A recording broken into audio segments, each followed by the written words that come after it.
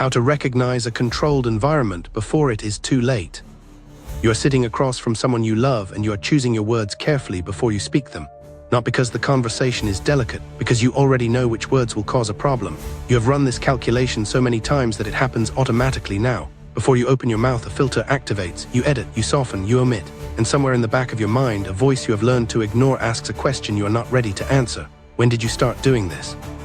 You do not remember. That is the point. Controlled environments do not announce themselves. They build slowly, one small adjustment at a time, until the cage is fully constructed and you are the last one to see it.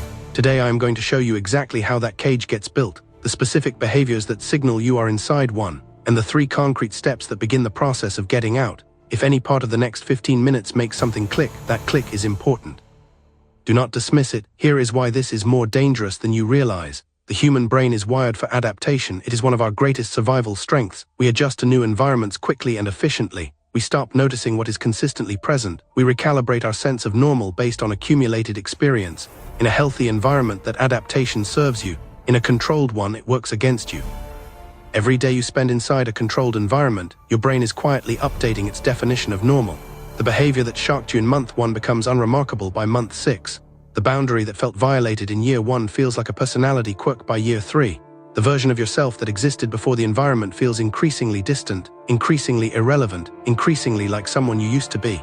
And here is the part that keeps people trapped longest. Because the adjustment happens gradually and internally, most people inside controlled environments do not experience themselves as controlled. They experience themselves as someone who has simply matured, become more realistic, learned to manage a difficult relationship, or accepted that life is complicated. The cage does not feel like a cage when you have forgotten what open air felt like. There are 5 specific structures every controlled environment uses. Learn these and you will be able to see any controlled environment clearly. At home, at work, in a country, in a community. The structures are identical regardless of scale. The first structure is information control. In a controlled environment, the flow of information is managed by a single person or source. This does not always look like censorship. It rarely does at the personal level. It looks like a partner who subtly discredits every outside perspective that contradicts their own. A manager who keeps their team deliberately uninformed so decisions cannot be questioned. A community leader who frames any outside information as dangerous, biased, or coming from people who do not understand. Over time, you stop consulting outside sources, not because you were told to, because every time you did, it created friction. Your brain learned to avoid the friction, and the person controlling the information environment never had to issue a single rule. Watch for this specific behavioral cue. When you find yourself instinctively hesitating before sharing something you read or heard from an outside source, ask yourself why. That hesitation is data. It means you have already been trained to anticipate the reaction. The second structure is reality revision. In a controlled environment, the official version of events is always the controller's version, and that version is not static. It updates retroactively. Arguments you clearly remember having get denied. Agreements that were made get unmade. Your memory of events gets replaced over time with their account of events, and because this happens repeatedly and consistently, you begin to trust your own memory less than theirs. This is clinical gaslighting, and it has a specific behavioral signature you can test for right now. Think about the last significant disagreement you had with the person or institution you suspect is controlling your environment. In your memory of that event, are you the one who was primarily at fault? If the answer is yes, ask yourself one question. Is that conclusion the result of your own honest reflection, or is it the conclusion that was delivered to you repeatedly until you accepted it? The difference between those two things is the difference between growth and conditioning. The third structure is social architecture.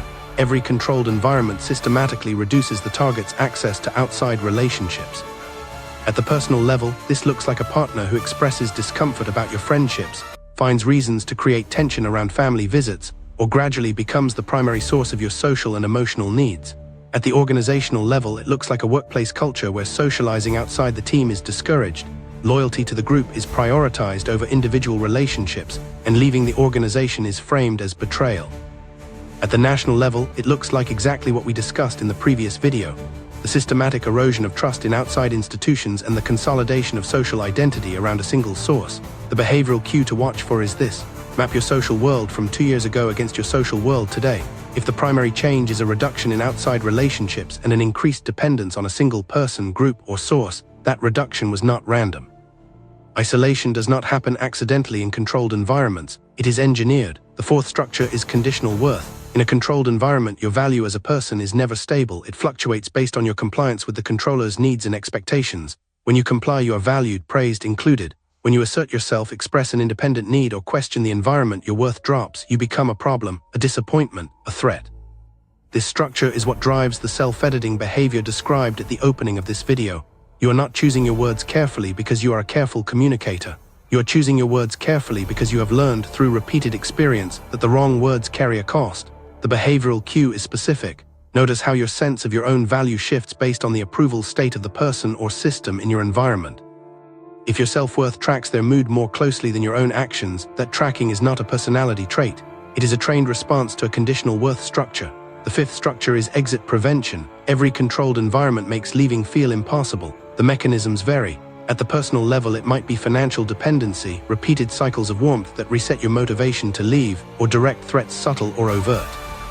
At the organizational level, it might be professional consequences, social ostracism from a community you depend on, or the psychological cost of rebuilding an identity outside the institution. At the national level, it is the entire apparatus of economic and social consequence that makes political dissent costly enough that most people choose silence, but the most effective exit prevention mechanism is internal. It is the belief, installed through repeated conditioning, that you cannot function outside this environment, that you are not capable, that the outside world is more dangerous than what you are inside. That belief is not yours. It was built by the environment to keep you in it. Here is how to recognize you are living inside a controlled environment right now. You hesitate before speaking about certain topics with a specific person or in a specific context. You have a version of yourself you present in this environment that is meaningfully different from who you are outside it. You feel a disproportionate sense of anxiety when you imagine leaving or significantly changing this situation. Your social world has narrowed significantly since this relationship, job, or situation began. And when you try to identify what specifically is wrong, you find yourself unable to articulate it clearly despite knowing something is not right. If 4 or 5 of those are true, you are not imagining it. Now here are 3 concrete steps. Step 1. Document the patterns starting today, not the feelings, the events, dates, what was said, what happened before and after. A written record of specific incidents that you can read back in 3 months and evaluate against your current baseline. This does one thing that nothing else can. It makes the pattern visible in a way that your conditioned brain, operating inside the environment, cannot do on its own. Step 2. Rebuild one outside relationship deliberately, not a full social reconstruction, one relationship. Someone from before this environment began, whose perception of you is not filtered through the controller's version of who you are. Spend time with them, not to discuss the situation necessarily, to remember who you were before the environment started editing you. That memory is a calibration tool more powerful than any external analysis. Step 3. Test the exit belief directly. Write down the specific reasons you believe you cannot leave. Then examine each one as a factual claim rather than an emotional certainty. Is it actually true that you cannot financially survive outside this situation, or does it feel true because you have been told it is true repeatedly? Is it actually true that no one else would want you, or is that a conclusion the environment delivered to you? Is the outside world actually as dangerous as it has been framed, or has that framing served the interest of the person doing the framing? Every exit prevention mechanism, when examined as a factual claim rather than an emotional truth, turns out to be smaller than it felt within the environment. The cage is real, and it can be walked out of. Drop one word in the comments right now that describes what it feels like to live inside a controlled environment. One word, that is all. I read every single one.